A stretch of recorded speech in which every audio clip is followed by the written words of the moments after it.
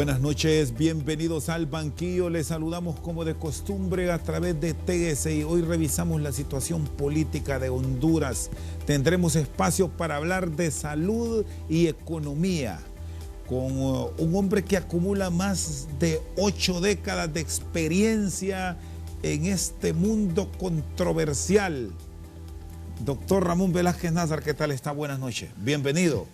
Muchas gracias, Chendo, muchas gracias por el saludo. Ya dijiste que tengo 8 décadas encima y es verdad. Así es que podemos partir de que más sabe el diablo por viejo que por diablo. Bueno, doctor, ¿y cómo han estado esos años? Se retiró de la actividad política por muchos años en negociaciones al más alto nivel con la democracia cristiana y ahora en el mundo de la salud y de la economía. En el mundo de la salud, básicamente. En la política, pues, igual que los 13 compañeros que fundamos la democracia cristiana en 1968, eso no podemos negarlo. Seguimos siendo demócratas cristianos, aunque algunos reniegan, pero ya no estoy participando de las actividades del partido, ni de las decisiones, ni de los análisis, a pesar de la experiencia que pude haber tenido acumulada. Ahora estoy tranquilo en los aspectos políticos, informándome, por supuesto, porque no podemos excluirnos de las consideraciones sociales y con participaciones más bien privadas con algunos amigos acerca de análisis y algunos consejos. ¿Por qué se fue? ¿Por qué se apartó de ese mundo que, debemos decir, genera mucha polémica, hay intrigas, zancadillas, buenos y malos momentos? Bueno, déjame hacer un poco de lucubraciones y de reflexiones. Yo considero que la política es la actividad máxima, sublime del área social. Y para ser político hay que haber activado primero en el área social, si no, no se puede entender la política cuando la interpretamos, por supuesto, como el servicio a los demás. Eso es lo que nosotros soñamos en el 68 y desde aquella época nos dimos cuenta que la sociedad, que Honduras es solamente la suma de los hondureños y que si había algo que no estaba bien en la Honduras nuestra, lo que había que hacer es cambiar a los hondureños. Y cambiar a los hondureños lo que implica es cambiar conciencias, ir a niveles de actitudes, de valores, de conductas. Por eso es que cuando la democracia cristiana nace con un gran énfasis en la formación de liderazgo, formación doctrinaria e ideológica. Y por eso es que en los primeros años de la democracia cristiana, cuando todavía era movimiento demócrata cristiano, el compromiso con la sociedad y con la reivindicación de los derechos de la sociedad era una cosa común. Y el impulso de los proyectos autogestionados a base de el esfuerzo y la propiedad que la población debería tener sobre ellos, hasta que llegamos al 25 de junio con la masacre de los Horcones, cuando el movimiento fue desarticulado por la represión que el gobierno militar nos hizo.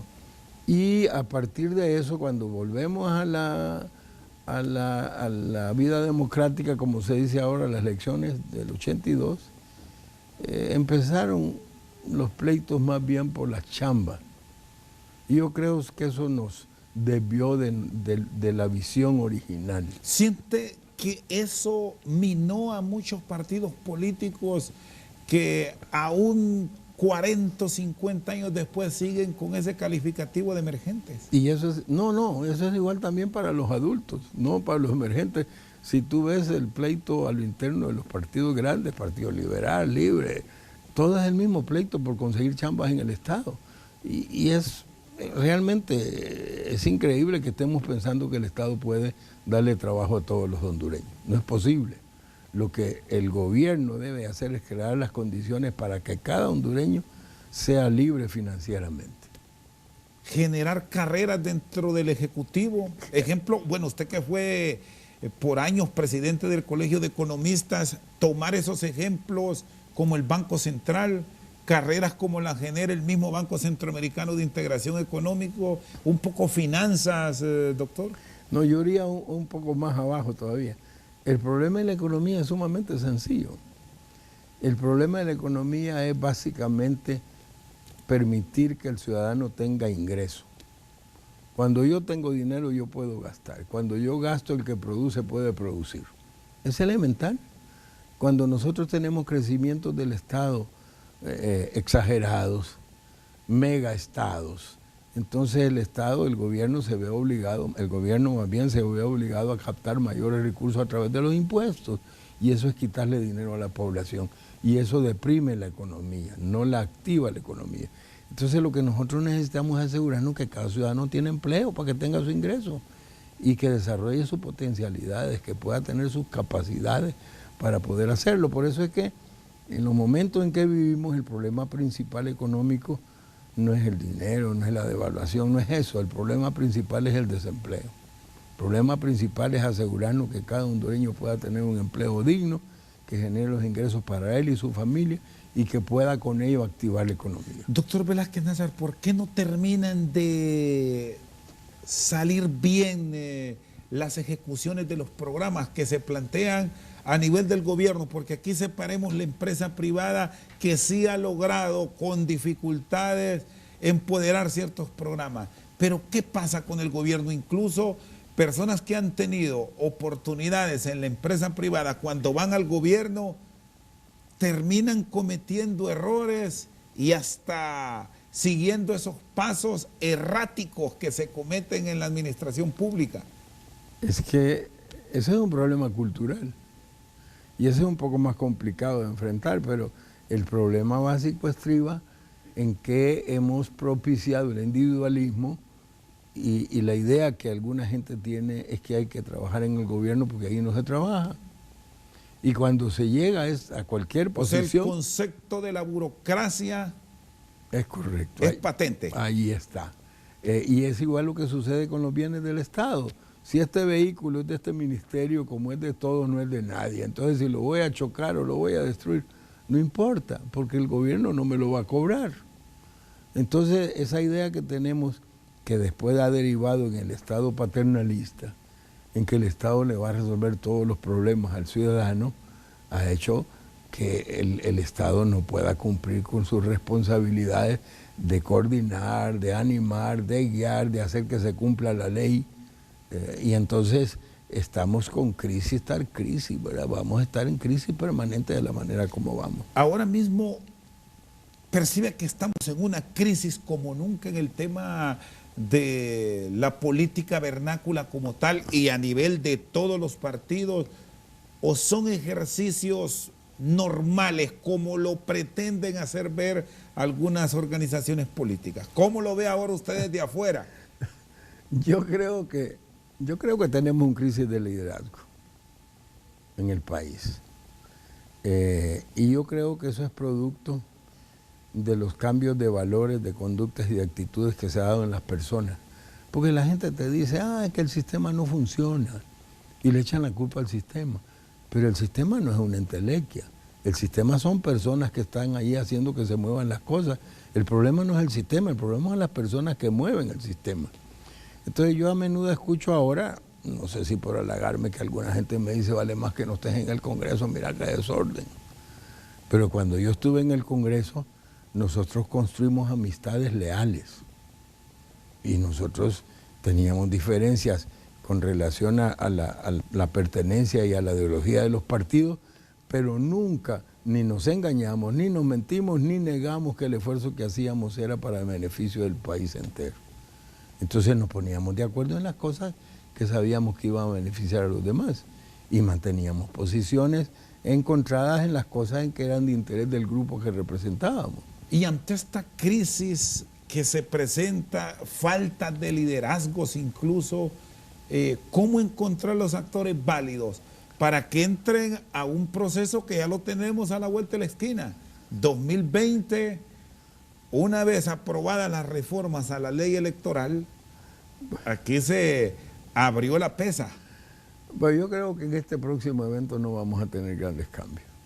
Yo creo que los cambios hay que empezar a construirlos ahora. Para el siguiente a lo mejor, o el siguiente después. Estos son procesos que llevan mucho tiempo. Porque ¿Cuál es el primer problema que tenés? El primer problema que tenés es que hay que formar a los líderes políticos, sociales o lo que sea, religiosos, lo demás en valores. Eso fue lo que los padres nos dieron a nosotros y nos enseñaron a decir la verdad y nos enseñaron a ser disciplinados y nos enseñaron a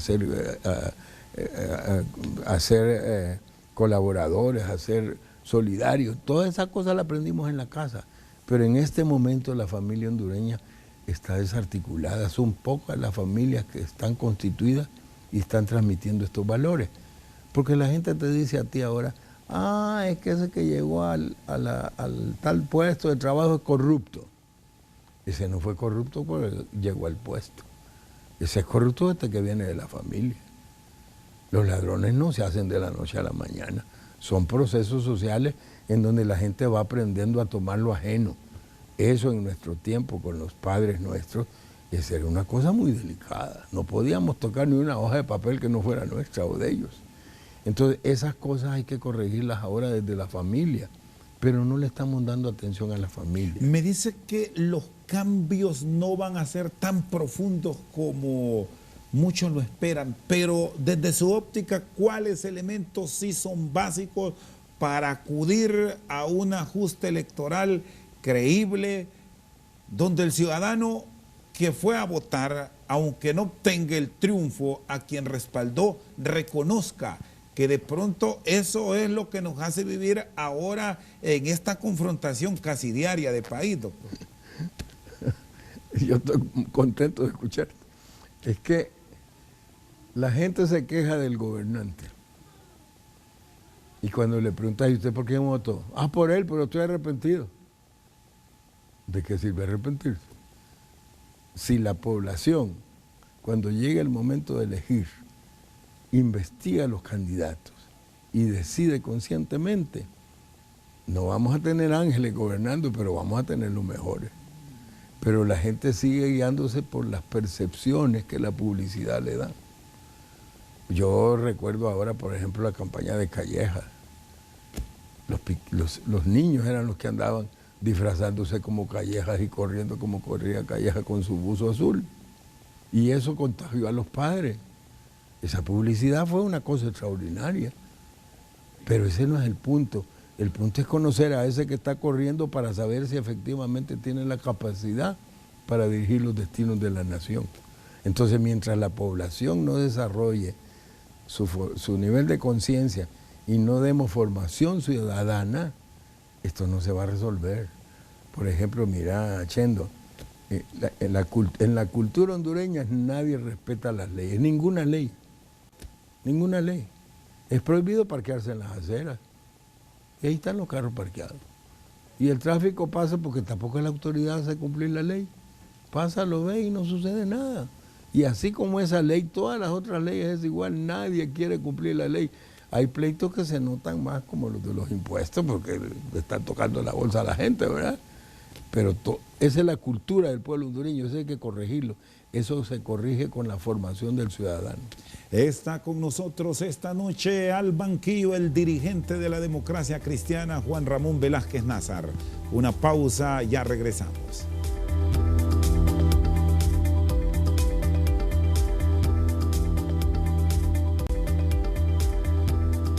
Sigue con nosotros esta noche al banquillo don Juan Ramón Velázquez Nazar. Me dice que los hondureños no respetamos. Y de las normativas que nos rigen y que nos permiten intentar cambiar, ¿qué tanto han servido? El caso, esto de adecentar la clase política, que lo aprobaron de cara a la elección pasada, ley de política limpia, la revisión de cómo se maneja la plata de los aspirantes, ¿funcionó eso? Yo no tengo información directa, sí tengo la información de algunos miembros de partidos que son oposición dentro del mismo partido y se han quejado de que Política Limpia no ha investigado a fondo ese tipo de cosas. Y los contadores fácilmente pueden esconder esas cosas.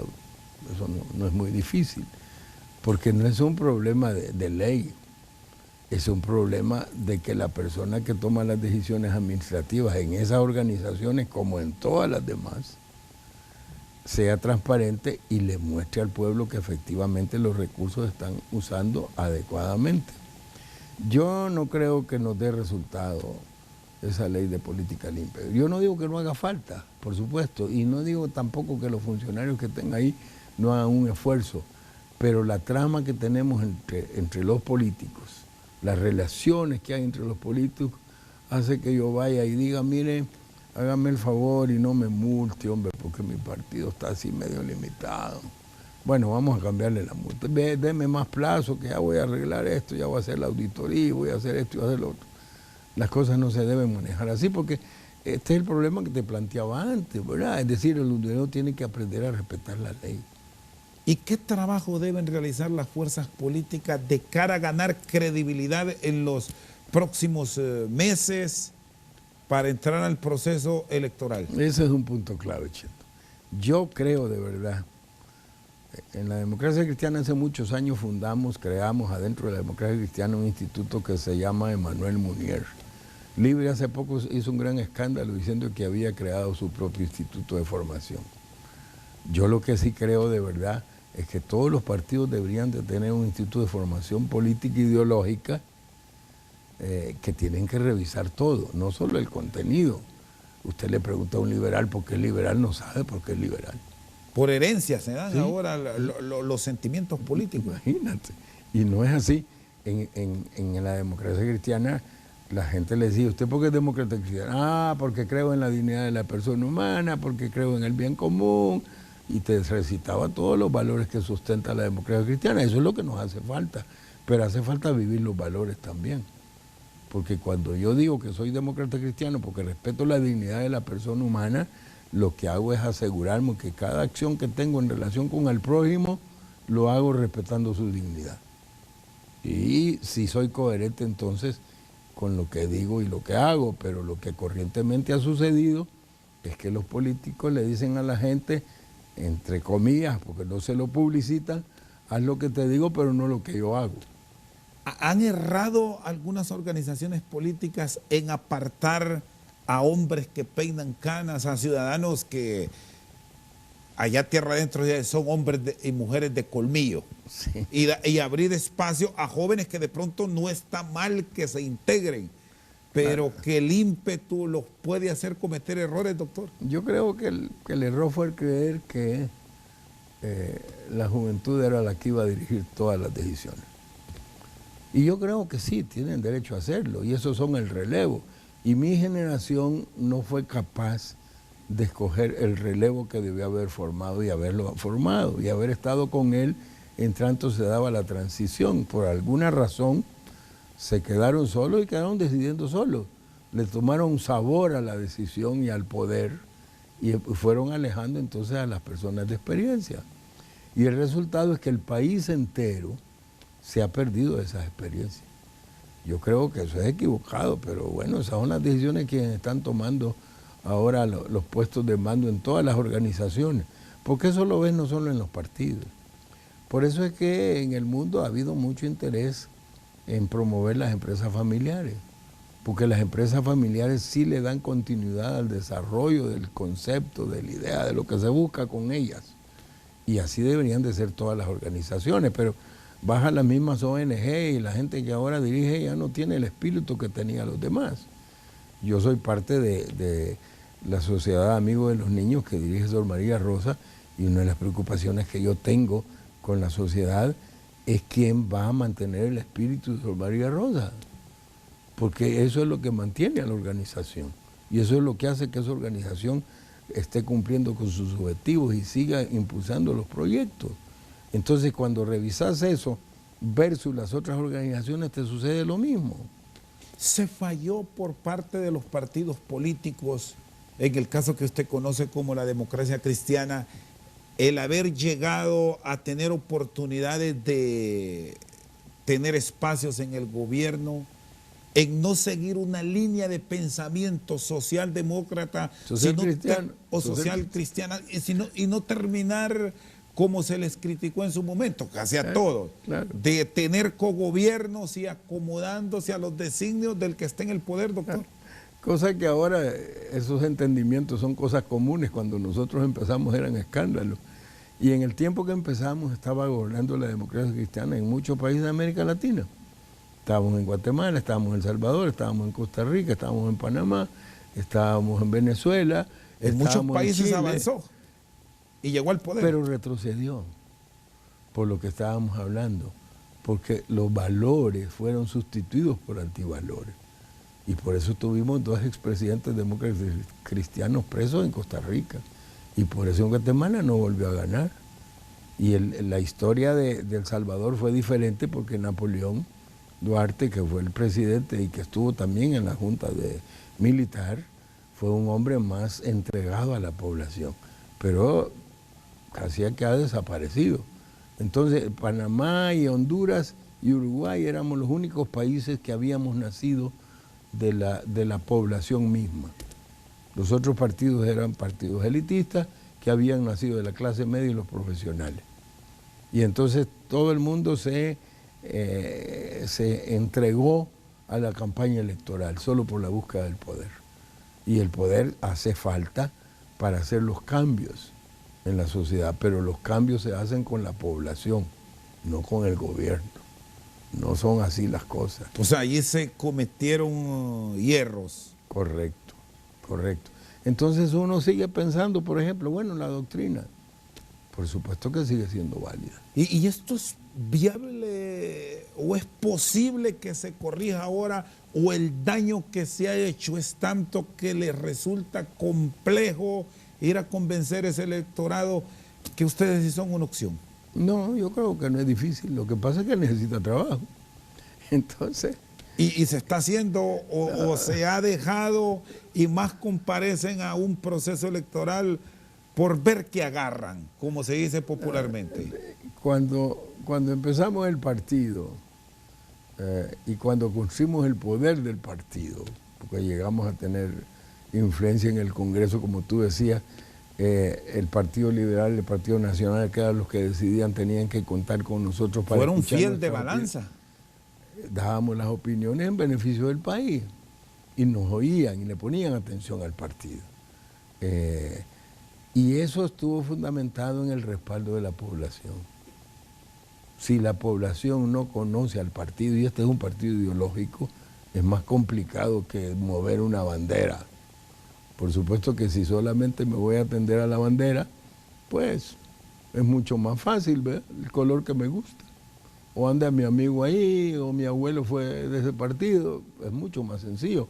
Lo otro no, lo otro es explicar por qué estoy aquí, por qué soy de este partido. Encontramos a figuras con las que usted compartió, el doctor Hernán Corrales Padilla, Orlando Iriarte, Adán Palacios, muchos otros ya de la vieja guardia, respetados. ¿Dañó la estructura, la irrupción de Arturo Corrales?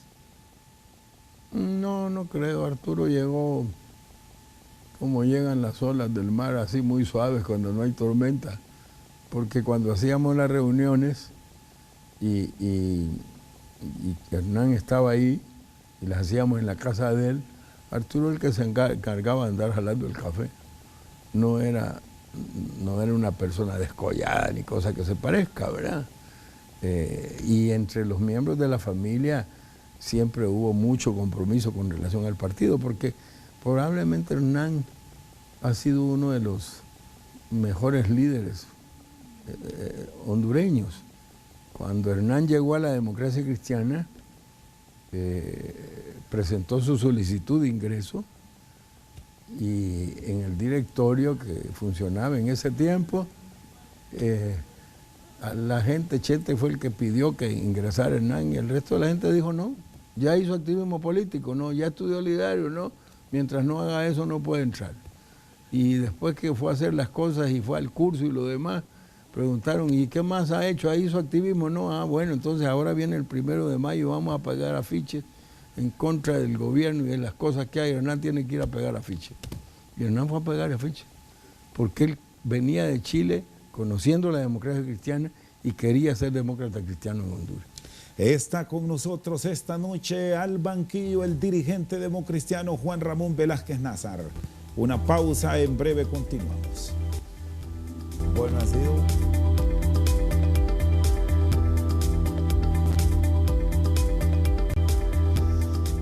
Seguimos esta noche al banquillo con el doctor Juan Ramón Velázquez Nazar.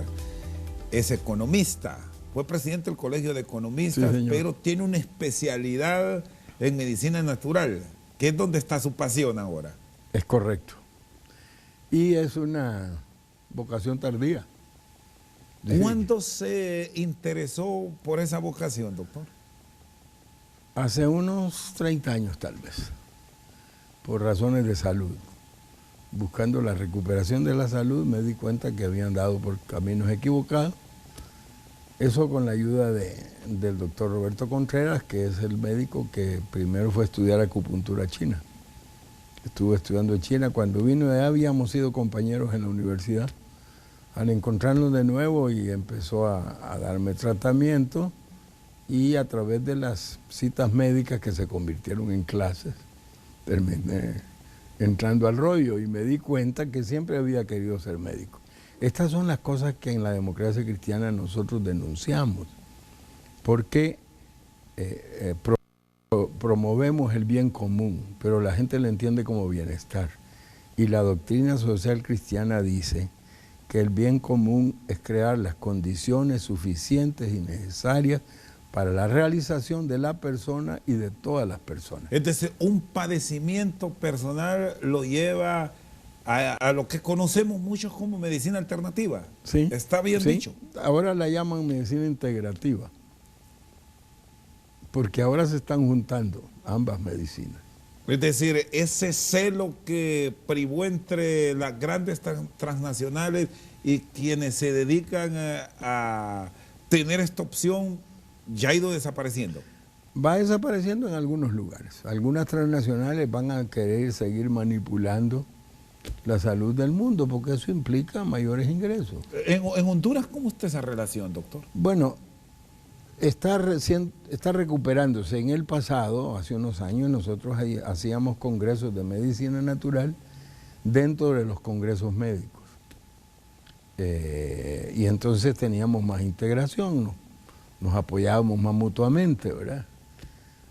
De hecho, nosotros tenemos un programa para formar terapeutas en medicina natural que dura 1 año, con un taller al mes, en donde ya han egresado de él más de 25 médicos, médicos generales, y también tenemos oncólogos y tenemos de diferentes especialidades, porque algunos de estos médicos sí han entendido que su responsabilidad es recuperar la salud del paciente y que lo que tiene en sus manos son diferentes instrumentos para poder hacerlo.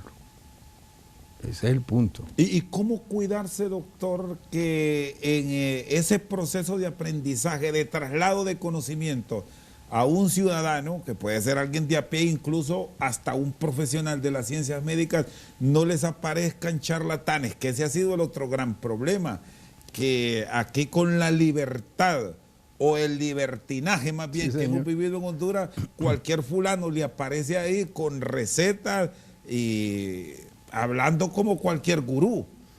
Pues sobre esta última parte, yo me gasté como 6 años en el Congreso. Estuve 12 años de vicepresidente, pero estuve como 6 años tratando de que se aprobara la ley de medicina natural, precisamente por esto que tú estás planteando.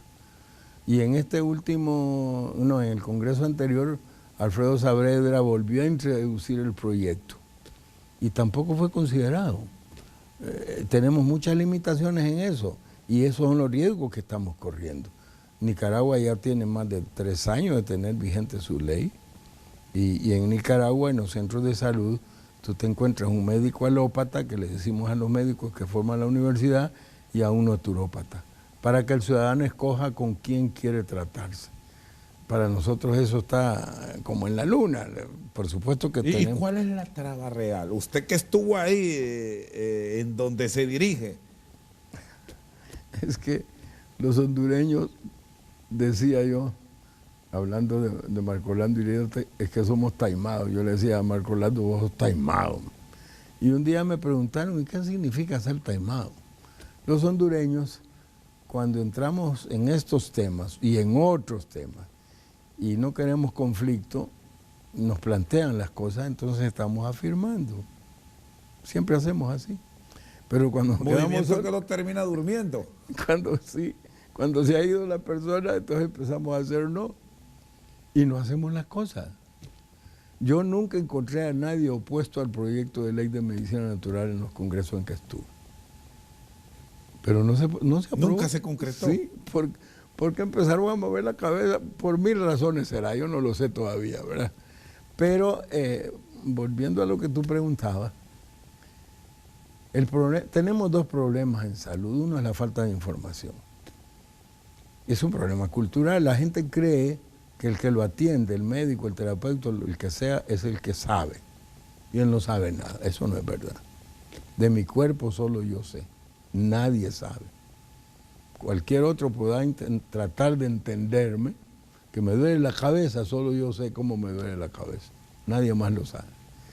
Y la segunda cosa es que, volvemos a lo que estábamos hablando de la política, yo debo de tomar conciencia que la salud es responsabilidad mía, de nadie más.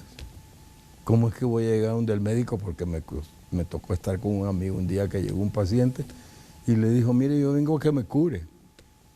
Y aquel lo interrogó y le dio medicamento y se fue. Y yo le pregunté, ¿y vos conocés a ese fulano? No, me dijo, la primera vez que lo veo.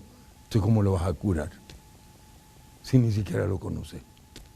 Y entonces me dicen, es que, mira, Moncho, a fuerza de estudiar los diagnósticos, eso se llama semiología, ya yo sé qué es lo que tiene. No es verdad. Porque todos los seres humanos somos diferentes. No hay dos personas iguales. No hay ahora nadie igual a nosotros. No habrá nadie antes. Ni siquiera los gemelos. Ni los gemelos son iguales. Entonces, ¿cómo voy a pretender yo que la gripe de este es igual a la gripe de este? Eso no es verdad. Y tampoco puedo decir, tómese usted esta pastilla y tómese usted esta pastilla y se va a curar. Y tal vez es uno de 2 metros contra uno de 1,20. No puede ser, las dosis no pueden ser iguales tampoco. Y todo el tiempo estamos queriendo homogeneizar las cosas. Y lo que existe es la diferenciación en el universo entero. Yo el otro día leía un libro y decía el autor, ni las hojas de los árboles son iguales. Y me puse a revisar un ficus. Y te invito a que mañana revises cualquier árbol para ver si hay 2 hojas iguales. Tampoco hay 2 hojas iguales. Y ante esta alternativa que presentan con medicina natural en nuestro país, que en los últimos años, y no solo a nivel de Honduras, sino en el mundo, se está volviendo mucho más frecuente volver, porque al final la medicina que compramos de las grandes transnacionales tienen su origen también en lo natural. Es correcto. ¿Cómo está el hondureño en el acceso a ello? ¿Qué registra el doctor Velázquez? Por supuesto que la gente está llegando a la medicina natural porque la medicina alopática, la medicina química se está volviendo cada vez más cara.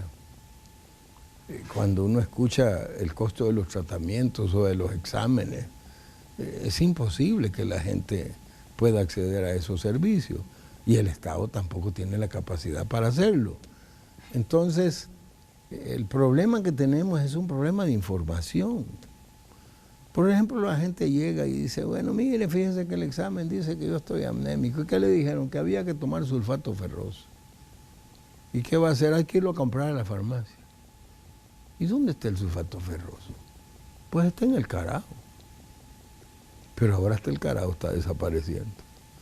Entonces, la gente de antes, las abuelas, no daban carajo regularmente.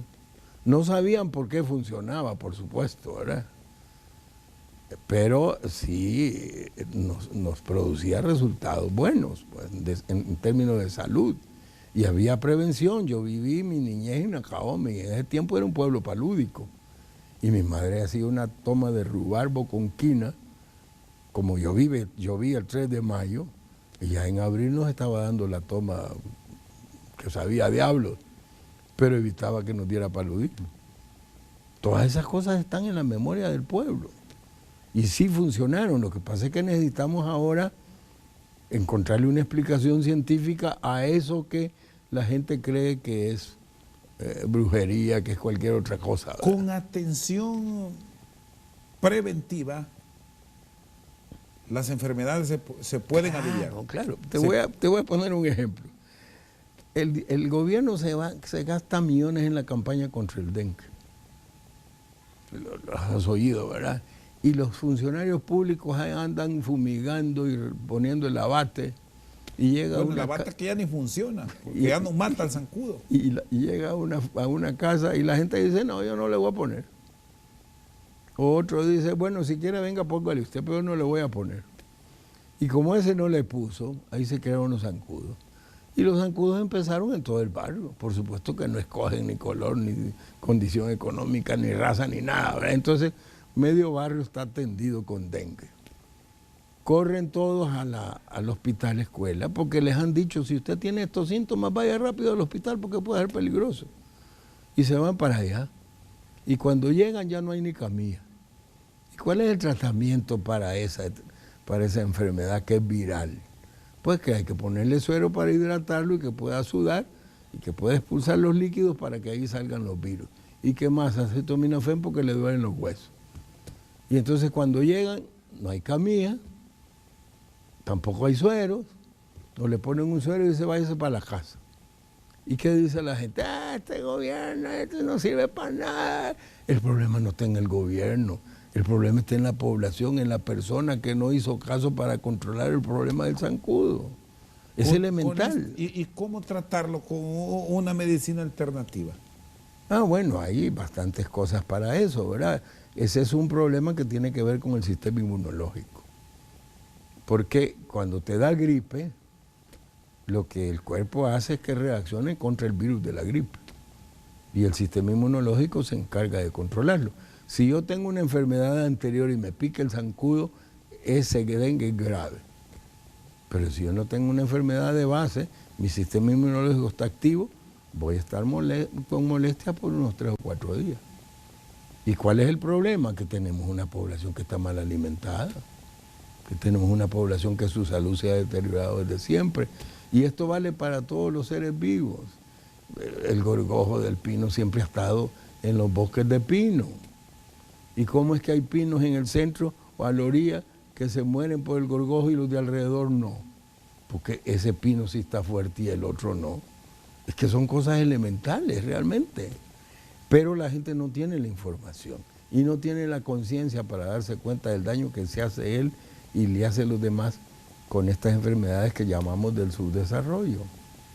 Está con nosotros esta noche al banquillo el doctor Juan Ramón Velázquez Nazar.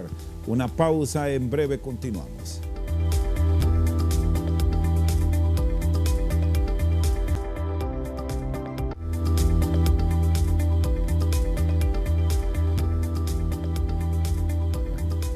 Seguimos esta noche al banquillo con el doctor Juan Ramón Velázquez Nazar. Usted a sus años no tiene los padecimientos que un ciudadano, que debemos decir, no todos se cuidan, no tiene esa fortaleza suya. Pues a unos sí, otros no, ¿verdad? Acuérdate que todos somos diferentes. Pero a veces a la clínica llegan personas que se ven realmente deterioradas. Y eso es producto del descuido básicamente en 4 cosas. El ser humano es lo que bebe, lo que come, lo que piensa y lo que siente. Y en general, como vivimos un tiempo materialista, la gente cuida la bebida y la comida porque este es el cuerpo. Pero descuida el pensamiento y el sentimiento porque esto es el alma. A este le da 3 tiempos de comida, pero este probablemente media hora en la iglesia el domingo ya a lo mejor ni va.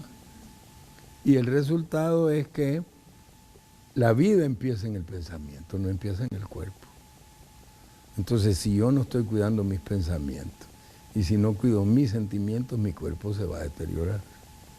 Entonces tengo muchas anécdotas de mucha gente que ha llegado con problemas emocionales, Bueno, de hecho, las estadísticas dicen que el 80% de los padecimientos de este tiempo son psicosomáticos. El estrés está matando. Está matando a mucha gente, sí. Y la gente no sabe controlar el estrés. Por supuesto que el estrés no se puede erradicar a cero, pero se puede mantener a un punto en que el estrés no sea oxidativo, o sea, que no vaya a provocar desequilibrios energéticos, porque es que los chinos dicen que todas enfermedades son por problemas energéticos. Y cuando enfrentamos las dificultades que se presentan en la economía, en lo social del país, ¿hay forma cómo encontrar ese equilibrio en ese punto del alma? Claro, claro. Es que los psicólogos dicen que el 80% de los eventos del día lo maneja el subconsciente. El 20% lo maneja el consciente. Y la diferencia es que el subconsciente no hace juicios de valor.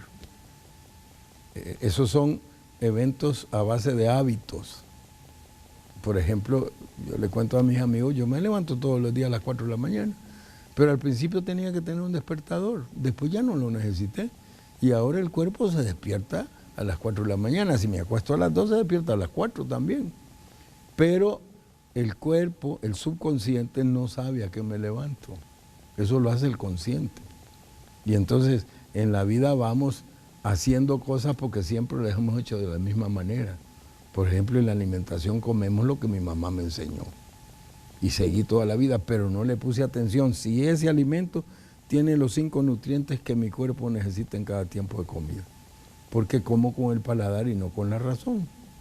Entonces el resultado es que cuando yo no estoy haciendo las cosas sabiendo para qué las hago, con qué propósito, cada acto de mi vida, porque yo tengo un propósito para la vida y yo sé para dónde voy con mi vida, pero si yo no voy, no sé para dónde voy, a cualquier lugar que llegue me parece que ya he llegado.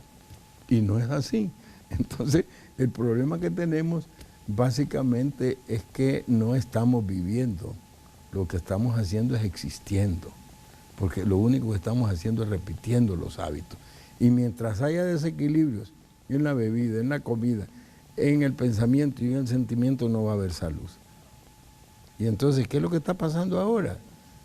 Que hay madres que le dan Coca-Cola al niño en el pepe. Y todo el mundo habla de lo malo que es la Coca-Cola. Y entonces después los niños aparecen con diabetes 1, que es la diabetes que de la niñez, no nace con uno, pero es de la niñez, ¿verdad?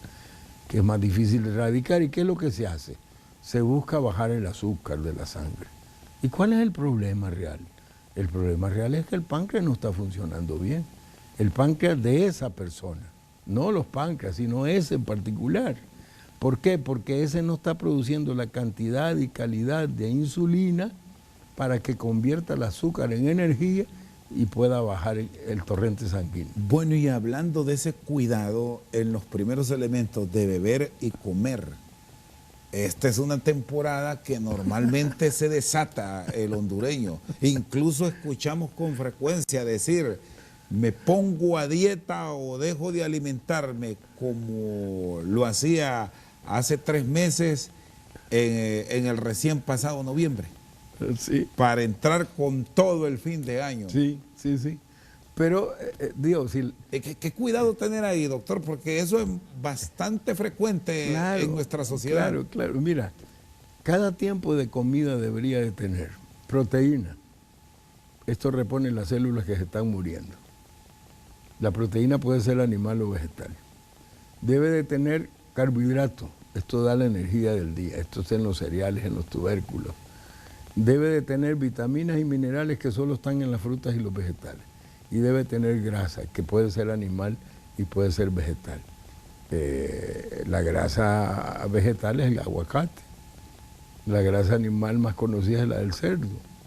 ¿Qué es lo que sucede cuando hacemos una cena navideña? Pues que hay que hornear un cerdo. Y ese es grasa. Y que hay que rellenarlo. ¿Y qué le vas a poner? Ah, bueno, que le voy a poner jamón con el arroz. Eso es grasa. Entonces el problema es que cuando estamos haciendo la cena navideña no estamos atendiendo las necesidades del cuerpo, sino las del paladar. porque como lo que me gusta es el cerdo horneado, eso es lo que voy a comer. Entonces, si lo pensáramos más detenidamente, pudiéramos tener las cenas y las comilonas, pero estaríamos alimentándonos.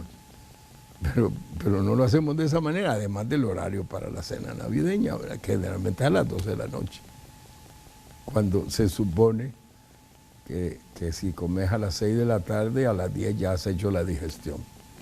Pero o sea, aquí se come y se duerme. Sí, y entonces el resultado es que la gente cuando se despierta amanece con la boca amarga. Uy, como que no ha hecho la digestión y quejándose. Y más los adicionales que se van en esta temporada, porque hay mucho dulce. También el dulce, eso es otro punto que hay que considerar. El azúcar así metido en los pasteles y en las cosas, eso es terrible. Y estos nuevos descubrimientos en la medicina de consumo de ciertos medicamentos para bajar de peso son ideales, ¿se ha comprobado que efectivamente funcionan o hay que hacer otros procedimientos antes de entrar a ellos? No, yo creo que la mejor manera de bajar de peso es desarrollar nuevos hábitos alimenticios. Y cada quien debería conocer su Que no es dejar de comer. No es dejar de comer. Aunque no significa que el ayuno no sea bueno. El ayuno es también terapia médica que sirve para limpiar los intestinos. Pero el punto es que las personas pretenden bajar de peso rápidamente. Entonces, por ejemplo, hay una una dieta que lo que hace es que el alimento es solo proteína. No se come carbohidratos, proteínas y vegetales. ¿Cuál es el resultado? Que cuando yo como proteínas sin carbohidratos, el cuerpo empieza a utilizar el carbohidrato que está depositado en el cuerpo. Y entonces empieza a bajar de peso. Pero cuando ya cumplió el periodo y ya alcanzó el peso que quería, entonces vuelve a lo de antes. Entonces dice, ay, tiene el efecto rebote. El efecto rebote existe porque yo mismo no tengo la disciplina para manejarlo, pues de lo contrario no. Entonces yo creo que la mejor dieta es aquella en que yo pueda certificar que aquí están los nutrientes que necesito a mi cuerpo y que no vaya a modificar los tiempos en que la naturaleza ha establecido para que yo pueda hacer la digestión. Doctor, le agradezco. Feliz noche. Recientemente tuvo participación en México y fue reconocido por todos estos procesos de aprendizaje, me dice, en el tema de la medicina.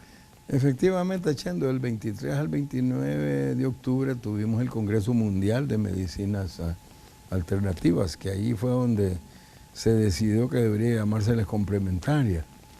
Fue interesante porque los dos temas centrales, los más importantes, fueron las investigaciones que se presentaron con relación a la bioenergética, que es lo que los físicos cuánticos ahora están empezando a estudiar en el lado nuestro, pero que los chinos hace 6.000 años ya lo conocían. Y esas investigaciones lo que están haciendo es dando respaldo a las terapias que estamos utilizando, porque siempre se ha dicho que eso no es científico. Y la otra cosa es el estudio del cáncer, pero en términos de prevención, porque es una pandemia realmente en el mundo. Y en ocasión de eso, como tú decías, la Universidad Iberoamericana de Desarrollo Humano nos otorgó el doctor honoris causa a Roberto Contreras, a Marco Antonio Sicafi y a mí, y a 9 latinoamericanos más.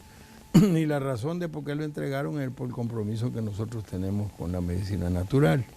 Y aprovechamos con la universidad para sentar las bases de lo que debe de ser la licenciatura en medicina natural que ellos vendrán a desarrollar con nosotros aquí a Honduras. Gracias, doctor. Feliz noche. Feliz con noche. Nosotros al banquillo el dirigente político, economista y especialista en medicina natural, Juan Ramón Velázquez Nazar. Por su sintonía, muchas gracias.